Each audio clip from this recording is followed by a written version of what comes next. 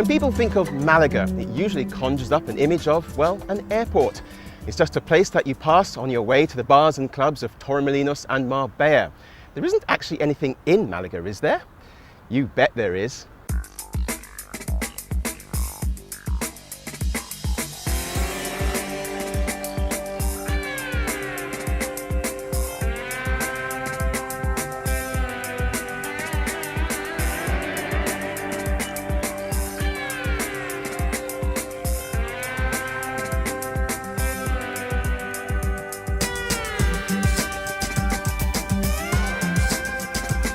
Welcome to Andalusia's most vibrant city, perched on the edge of the Mediterranean.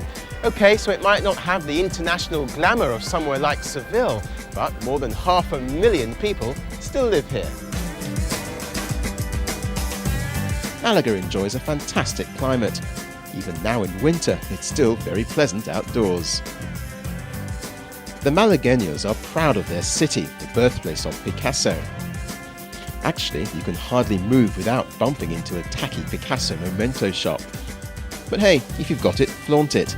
And the Picasso Museum attracts busloads of tourists every year.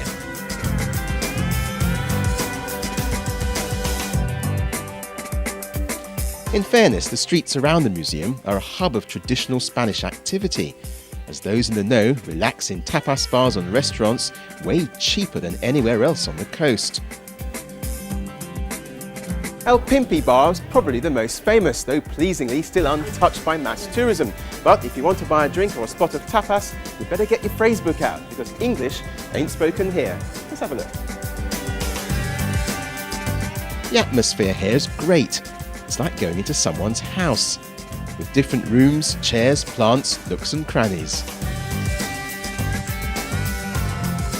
And for something completely different and totally Spanish that's not in the tourist guides, head here. This is Calle Comisario, just across from Calle Larios, and let me tell you, it serves some fantastic food.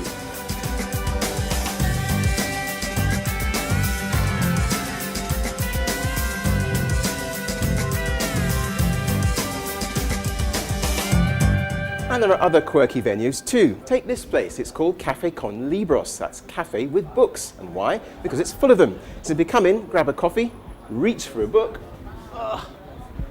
have a seat, and while the afternoon away.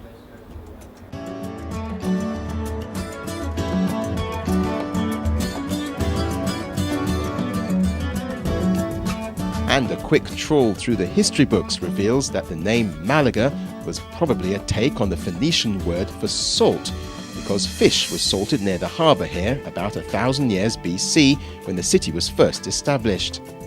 It's still a busy working harbour today. Other historical stuff includes this massive Baroque cathedral, which the Spanish locals call La Manquita, or the one-armed woman. That's because no one ever quite got round to finishing it, so she looks a bit lopsided, with one of the bell towers still missing. And check this out. Just sitting in the middle of town, there's a big fat Moorish castle above and an original Roman amphitheatre below. It was discovered by mistake when the local council was renovating the city's library.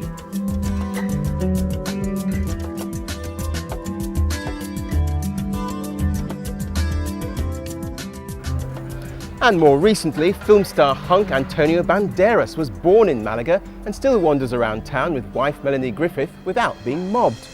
And on the arty front, this theatre behind me hosts film festivals, classical music and men in tights. Well, you know, ballet.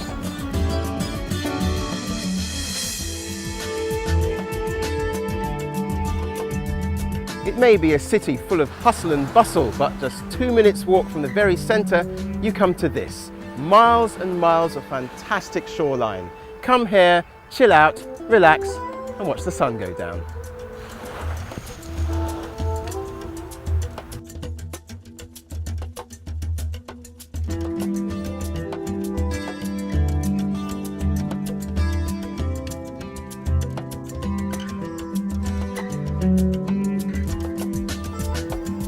So there you have it, a traditional urban sprawl striving to be recognised as a modern European city.